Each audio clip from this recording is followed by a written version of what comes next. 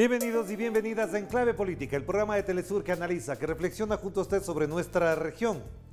La alianza oficialista formada por los partidos Nuevas Ideas y el ultraderechista Gran Alianza Nacional, GANA, vencieron en las elecciones legislativas celebradas el pasado domingo en El Salvador.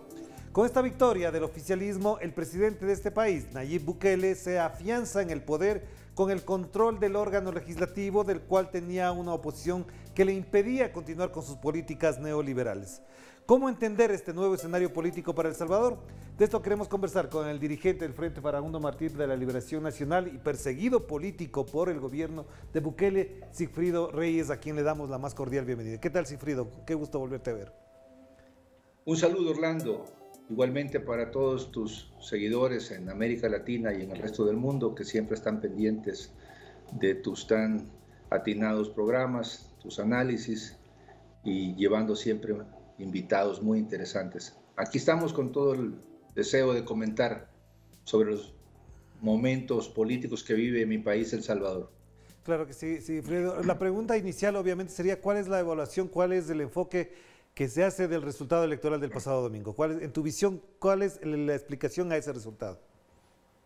Bueno, mira, nosotros lo que podemos percibir y determinar desde ahora es que El Salvador está viviendo en medio de un proceso político de rápido deterioro de las entidades democráticas, de todo el proceso de construcción democrática que surgió tras los acuerdos de paz en el año 92, que permitió que el país transitara por una ruta distinta a la represión, al militarismo, a la ausencia total de libertades cívicas.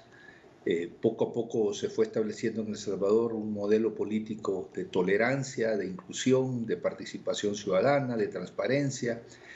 Y todo este proceso está teniendo una profunda reversión a partir de la instalación de un modelo político encabezado por un personaje mesiánico, intolerante, misógino, como es el señor Nayib Bukele, que le ofrece al país un modelo ultra reaccionario, neofascista, y que se asienta básicamente en los pilares de la represión, por un lado, la persecución a los opositores, la descalificación de todo tipo de crítica, el discurso de odio, de intolerancia y, por supuesto, de corrupción. Descansa, como ya te lo mencionaba, en una figura de rasgos mesiánicos, ambicioso de poder, una figura totalmente carente de valores cívicos o morales. Su misma abogada que lo defendió en varios procesos lo califica como un personaje con mucho poder, pero con la mentalidad de un joven de 14 años, lo cual te da la posibilidad de hacer una idea de qué tipo de personaje estamos hablando. Es un personaje sumamente ambicioso que busca controlar todo el poder y tenerlo en sus manos. ¿Cómo Claro, se pero explica Sigfrido, lo que ha sucedido te el plantearía la pasado siguiente 28 de pregunta. febrero? Te haría la siguiente pregunta solamente para avanzar y profundizar en el tema. De todas maneras, esto no es lo que efectivamente la gente está analizando a la hora de votar. Por el contrario, parecería que a la gente esto que mencionas es lo que le gusta o esto es lo que quiere para El Salvador. ¿Cómo entendemos esto entonces? Bueno, hay que entenderlo en el contexto de que lo que hemos visto en las pasadas semanas y meses es una auténtica campaña de Estado. Creo que acá en México se ha acuñado ese término en las ciencias políticas. Y es cuando tú tienes el poder del Estado y utilizas todos los recursos gubernamentales sin ninguna restricción. El dinero, las instituciones, las influencias del Estado. Te apoyas en los militares y en la policía para intimidar a grandes grupos de población, pactas con el crimen organizado. En el caso de El Salvador son muy reconocidas las pandillas criminales que asesinan y extorsionan a nuestra gente. Está más que evidenciado que Bukele tiene pactos con estas organizaciones criminales que también le ayudan a propósitos electorales. No solamente induciendo a sus familiares a votar por la gente de Bukele, sino también presionando a grandes sectores de la población. Tienes también un fenómeno de manipulación masiva de las necesidades de la gente, a la cual primero la sometes al hambre, basándose o con la excusa de la pandemia, y luego le llegas a repartir paquetes de alimentos de manera generosa. Alimentos que van a tener por una semana o dos, pero que luego seguramente veremos que desaparecen todo ese tipo de prebendas desde el Estado. Una intimidación a las instituciones y particularmente al Tribunal Supremo Electoral, que ha estado bajo un tremendo acoso de Bukele y sus fanáticos en las últimas semanas. Recuerda que Bukele estuvo gritando que habría fraude contra él y contra sus seguidores, cuando en la práctica él estaba realizando una gigantesca operación de fraude, a partir de utilizar todos los resortes del poder del Estado, violó todas las restricciones que se establecen para una campaña electoral. Todavía el día viernes y sábado estuvo haciendo discursos llamando al voto, y el propio día domingo llamando al voto para sus candidatos, violentando toda la ley electoral. Le cortó los recursos a los partidos de oposición. La ley salvadoreña establece que los partidos todos deben de tener algún tipo de recursos estatales para hacer campaña. En esta ocasión los partidos de la oposición no tuvieron ningún centavo para hacer campaña, y su partido y sus aliados pues tuvieron generosos recursos. Le cortó a los gobiernos municipales de la oposición durante 6 meses. Imagínate eso, Orlando, 6 meses sin recursos los gobiernos municipales. ¿Para qué? Para debilitarlos, para cercenarles las posibilidades de trabajar y presentarlos frente a la población como gobiernos incapaces e inútiles. Mantuvo una campaña permanente de amenazas a través de los medios de comunicación y paralelamente una campaña sucia para estigmatizar a los opositores. En algún momento ha llamado incluso a quemar vivos a los diputados de la oposición, a fusilar a los magistrados que no se les someten.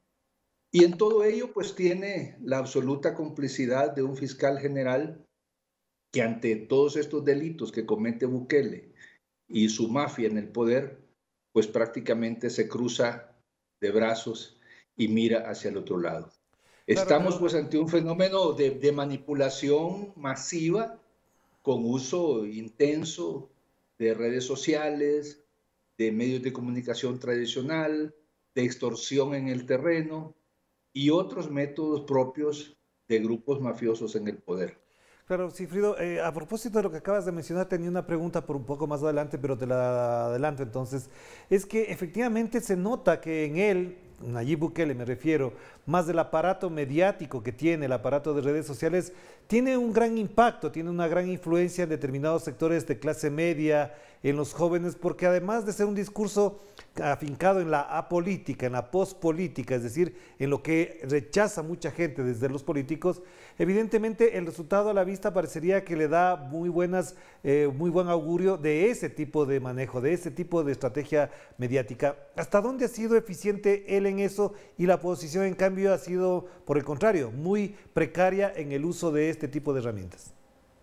Sí, yo creo que hasta ahora Bukele ha tenido esa ventaja de contar con una estrategia mediática y particularmente digital de penetración en aquellos sectores más jóvenes de la población, sectores que no vivieron la dictadura militar, personas que no conocieron la guerra, que no conocieron los fenómenos de tortura, de persecución, de desaparición, del exilio masivo y de lo que fue la guerra misma.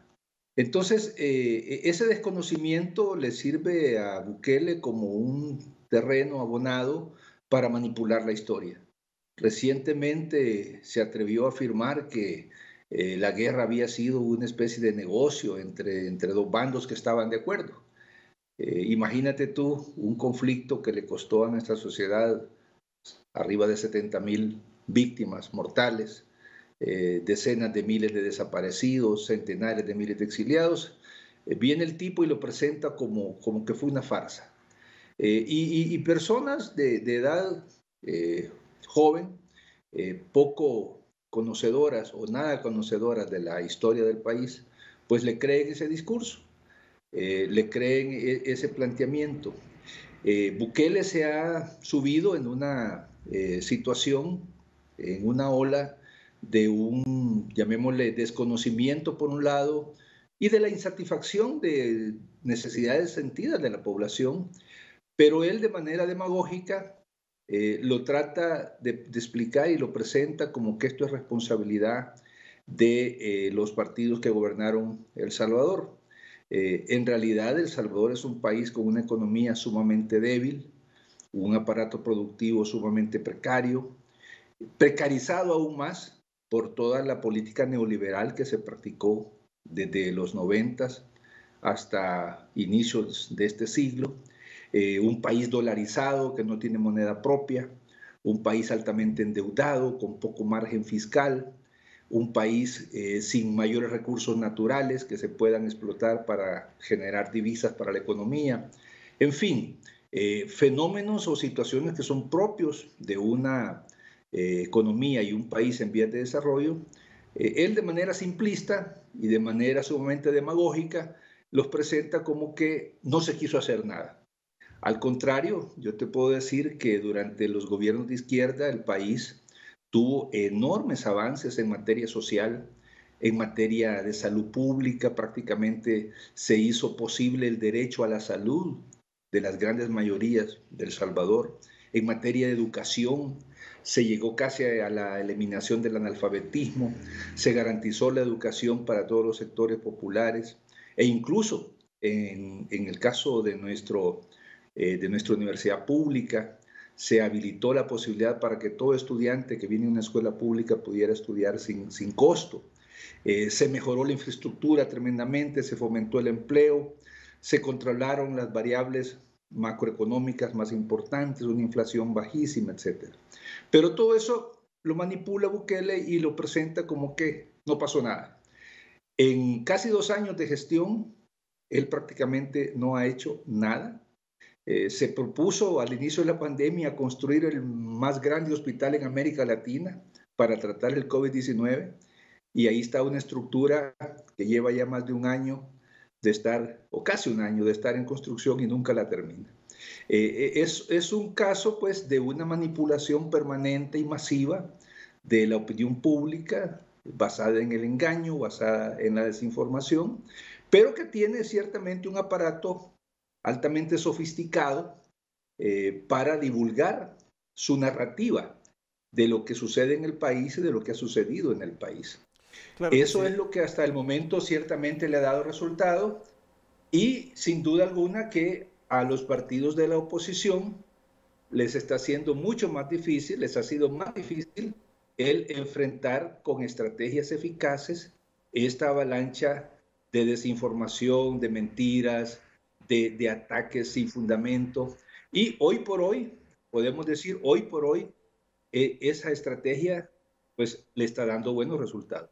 Claro que sí, vamos a hacer la primera pausa, Sigfrido, y enseguida volvemos para seguir analizando lo que implica ya este resultado electoral. Vamos a hacer la pausa y enseguida nos conectaremos con México, donde se encuentra Sigfrido Reyes, dirigente del Frente Farabundo Martí para la Liberación Nacional, que además se encuentra en ese país, dada la persecución que sufre por parte de la Fiscalía de El Salvador y que además, como él ha denunciado, también es parte de la persecución que ejerce el gobierno de Nayib Bukele. Vamos a la pausa.